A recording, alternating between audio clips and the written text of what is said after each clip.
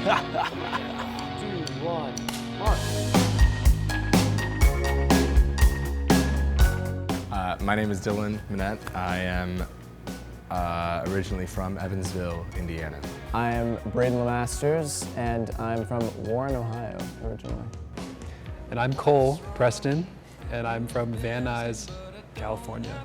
And oh yeah, and we're Wallows, and yes, we're Wallows. and we are Wallows. I'm still thinking, let's pretend to fall asleep now. I mean, for me, growing up, like the artists that I listened to most, I mean, my dad sort of raised me on like classic rock, like 70s, primarily stuff from the 70s. But then I eventually I feel like the thing that I started to listen to most on my own was NSYNC.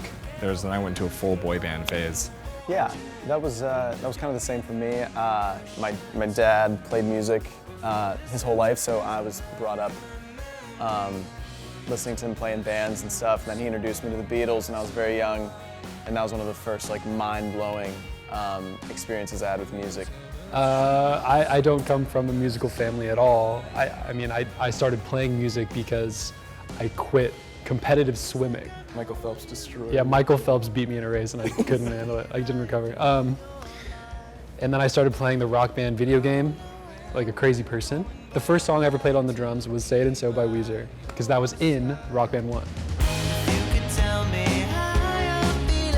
After like fully loving the concept of music, I feel like I met Dylan about a year or two later, and we started writing songs, which were actually songs that I said were my songs, but they were Led Zeppelin songs. So basically I would come to Dylan when we were like 12, 13 and be like, let's see who writes a better song. There was a time. Yeah, Braeden said to me, he's like, let's both write a song called Tangerine and see whose is better. And I was like, all right. Meanwhile, at the time, I had no idea that there was a song by Led Zeppelin called Tangerine. And then I wrote some, I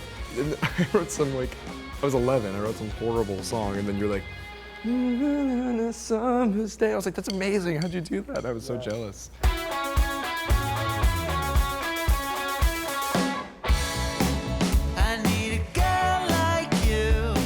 The songwriting process is pretty like standard, I think. Recently, I feel like I'll write like a part to a song, and then I'll want to save it so then the other two can collaborate. So it's almost like instead of finishing it, I'd rather get their input because I trust them so much.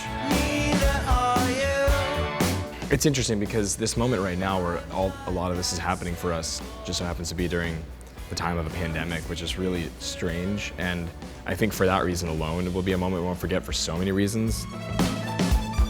We did work on a lot of music while we've been stuck at home. And people know it's an EP coming out called Remote.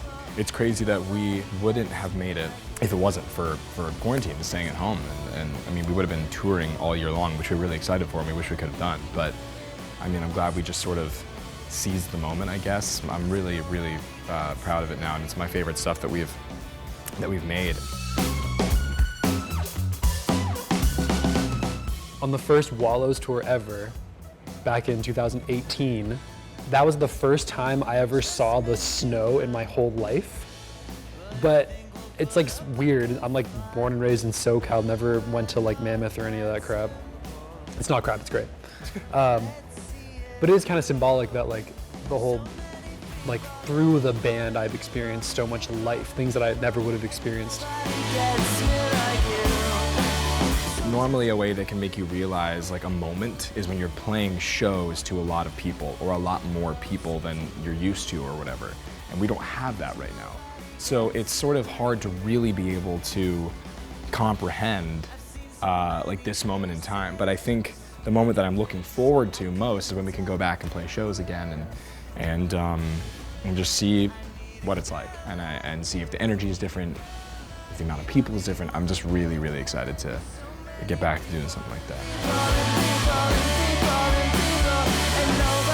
What advice would it be for a boy or girl in their bedroom right now making music? It's so interesting because that was literally us. Like that's exactly what we were doing. Just don't give up.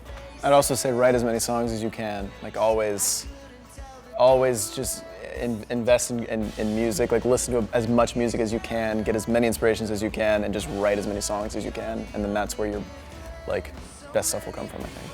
Yeah, and try your best to find people with similar interests as you, and just I guess either start a band or just surround yourself with people who want to do the same thing and don't stop. Yeah, I mean, you never know what can happen. You never know. Pulling me closer to